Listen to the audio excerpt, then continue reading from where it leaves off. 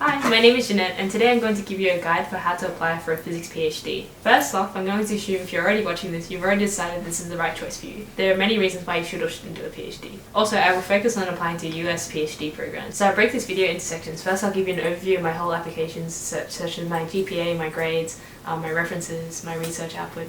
Then I'll talk about my results, so I'll talk about what schools I did and didn't get into. And then at the last section, I'll give you some general tips for applying for a PhD program.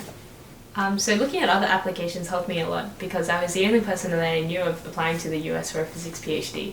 And so I founded this forum that had a lot of prior year applicants, and they showed what stats they had. And so seeing how I compared to some of these people was helpful in gauging what sort of schools I should apply to. This can be stressful for some other people though, so maybe you should proceed with caution. But I'll put the link of that forum down below. So in terms of my application, I'll broadly break it down into these 6 categories. So the first section is my GPA. So I had a 6.7 out of 7 in the Australian system, which converts to roughly maybe 3.7 out of 4. Which is probably on an okay-ish end for some of the top schools. So in terms of GRE, so some schools are not, I think, no longer required because of COVID and things like that.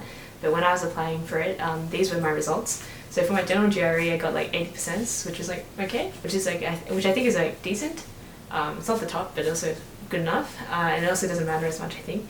For the physics GRE, I actually got 51%, which is definitely on the lower end for some of the schools that I ended up getting into. So different schools might weight the GRE differently. So in terms of research, I already done a few undergrad projects in several different groups. But more significantly, I did my honours thesis, which in Australia is like a 1-year master's sort of thing, in an area called topological photonics. I also did a 3-month internship in Singapore on the same topic. So probably what helped my application is that by the time I was applying to grad school, I already had one preprint on archive. I think that having publications helps your application immensely because it shows that you're already invested in research and you know the process of how it goes, but it's also not strictly necessary. If you're stronger in other parts of the application, then it doesn't matter if you don't have papers as well. So in terms of personal statement, I think that you should really target these to each specific school. I think at the bare minimum, you should list the faculty that you want to work with. This just shows the school that you've done your research. It also shows why you're a good fit for that school in particular. Another practical tip is that as you're writing your application, you should write it as if each school in particular is the best fit for you. Naturally, internally, you have some sort of ranking, but keeping this in mind, I think just makes your application strong. The next bit of the application is the CV, the awards, and the recognitions. So I had a few academic awards or scholarships, but these actually tended to be only towards the last 2 years of my undergrad. So another thing that helped my application was that I had external Fulbright funding before I applied to the grad school. But most people won't have external funding, and in most cases the school that you're applying to will offer you a stipend for doing the PhD. It's actually probably more of a warning sign if they don't offer you a stipend. So while the external funding probably was some sort of bonus point and helped my application, it's also not necessary for getting in. So for references, the main thing they care about is research and academics. So while you might be a well-rounded person with lots of extracurriculars, they probably don't really care about this aspect as much. These sort of factors probably are more important if you're applying for things such as external scholarships, where they care more about your community involvement. But in PhD applications, they tend to care more about whether or not you can do research. So the references that I had my main supervisor from undergrad, so he knew me really well, and so this was probably a really strong letter. I had one reference from the head of the department who was also my supervisor, who was really well known in terms of some of the groups that I was applying to, but he knew me a lot less, so this letter might actually be a lot weaker. And then the third letter was from my internship supervisor. But some people also have letters from professors or past jobs and things like this. That's also fine. It's probably better, it's probably stronger if it sounds more personal and they know you quite well, as opposed to somebody who's really famous and well known but doesn't really know you. Something about references is that you should thank your referees. It's quite a nice thing for them to do. I think something that's nice, you should get them a gift of thanks. And then another thing is that I think you don't have to view these referee letters as a transactional sort of thing. Instead, think of it as a sort of mutually beneficial relationship in some ways. Getting to know your referees really well, it can actually be a really positive thing in life as well. So not only can your supervisor really change your life, but at the same time, I think being a really good student as well can also impact your supervisor's life in some way. And then the last section is miscellaneous stuff that can help your application. So probably going to conferences can help bolster your application. It may actually be helpful to keep an eye out for conferences that might be relevant to your research interests. So I think I just happened to be procrastinating Googling conferences at some point, and then I found one that was really specific to my research. And I actually asked my supervisor if it was possible that he could support me in going there. And so this probably actually also helped my application. It turns out in this really niche conference, I actually saw a lot of the advisors that I was applying to at the conference, and so that probably helped as well, but it's also not strictly necessary for your application at all. So these are the results of my applications. So this is a bunch of the schools that I applied to, and whether or not I got in. Let's see, so different schools will offer different amount of funding, but sometimes this really depends on like the area that the school is in. So for example, Stanford's is a lot higher, but it's also because the Bay Area is so expensive to live in. I think what's interesting is that something to note is that I tended to get in when I was applying for like topological photonics, and it was less likely to get in when I applied for quantum optics. Also, some of the schools asked for interviews and some of them didn't. I thought a particularly funny one is that Columbia actually accepted me and then revoked it the next day. I made it Reddit and it got to the top posts of the grad admission software in the couple now. So now I'll move on to general tips that I think are helpful for applying for a physics PhD. So the first thing is that it's useful to apply for a range of schools. So something I noticed in like the forum where people posted their results, there are some people that only applied for top schools. Because grad school applications are such dicey things and like quite unpredictable, it can be really quite a hard thing to go through to get rejected by all your schools. So you should apply for reach, match and safety schools. So I applied to about like 8 or 10 schools, but how much you apply to depends on you. There's also like lots of fees involved as well and things like this, so something to consider. You might overload your referees as well if you apply for too many as well. But you also want to give yourself the best shot, so probably however many you apply to is up to you. Another main tip is that PhD schools are mainly looking for research fit.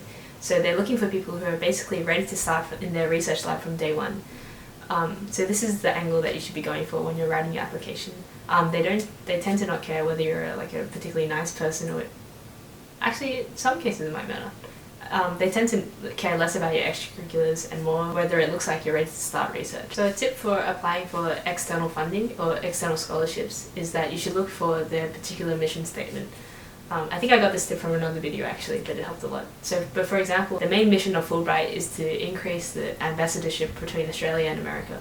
And so this is the thing that you should focus on when you're writing your application. By angling your application to the specific mission statement of each scholarship really bolsters your application. And also for funding, you should look broadly for extra opportunities for funding. So sometimes they might come in unexpected places and you won't really come across them unless you're actively searching for them. So for example, there might be like little awards or scholarships that you can, or fellowships that you can apply from that your school might offer. The next tip is that I think that the field that you apply to matters. I think that some fields are more competitive than others. So for example, I think that for physics students applying to high energy theory or high energy experiments even, or quantum optics theory, it tends to be more competitive than other areas. So you'll need like higher GPA, higher GRE, higher research, and probably stronger referees to get into these particular disciplines. And this is also pretty subjective though, and was just my hunch based off reading some of these forum posts. Something I noticed in my applications was that when I applied for topological photonics, I tended to get in, and when I applied to quantum optics, those were the ones that I was rejected from. I also knew of people that had higher GRE and higher GPA, and also really strong research experience that didn't get in, but it probably could be because they applied for a more competitive field than me. Also, I guess like there is some flexibility after you get into the program, so even if you don't get to do what you really want to do in undergrad, you can probably switch once you get in as well. Another thing is that I think that judicious life choices is more important than blind hard work. What I mean by this is that I think that people that tend to do well in PhD applications were not necessarily the brightest or the smartest or the most hardworking. They were actually people that crafted their life really well, such that the opportunities that they chose and the projects that they picked made them a really strong applicant. I think that this in itself is a particular kind of skill. So for example, I think choosing my honours research and my internship research to be in the same area helped sort of like, had like a cumulative effect in terms of how strong my output was, because the background reading for both helped each other, and also it meant that I was a really strong expert in one specific field, and I think this made me stand out in some ways. But this is also really subjective, because I know people who have done like much more general things and done like projects from astrophysics to neuroscience and then still do well in grad school applications. So that's probably subjective. I think this sort of tip is actually kind of like a shortcut or highway.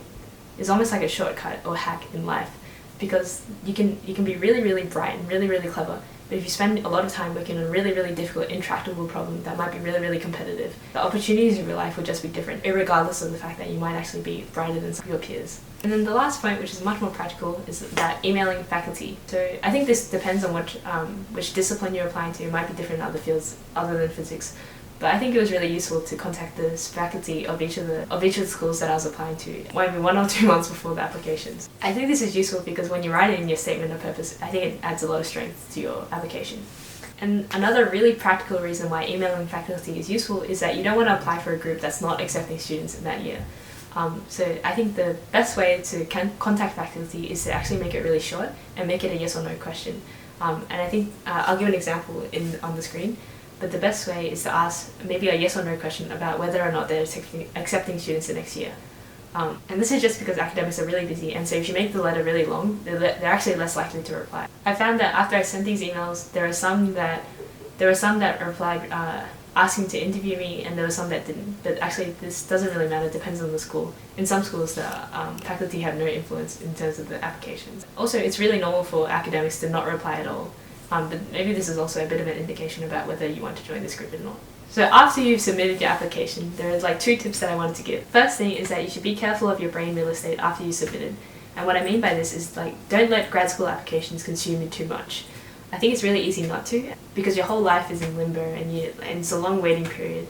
But you try your best to surround yourself with friends and families or other hobbies, and try not to put too much ego or self-worth into your results. If you worked hard in undergrad, this will pay off in other areas, and grad school is not necessarily the only thing in life that you can do. And then the last thing is that you shouldn't take rejections personally, because there is so much that is unpredictable in grad school applications. A lot of it is actually just dice. So for example, you might be an amazing candidate with heaps of credentials and research output, but there might have been in that year one other person that had even more specifically related research interests, and so you might get overlooked for that fact.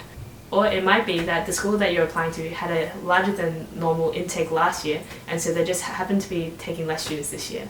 Or it could be that the specific area that you're applying to had less funding this year than in previous years, and so they weren't accepting as many students. And so what I mean is that there's a lot of unpredictable factors in grad school applications that you can't control, and so this is a reason why you shouldn't take rejection personally. Okay, so those are all my tips. I wish you the best of luck in applying for your PhD in physics. No, what happened?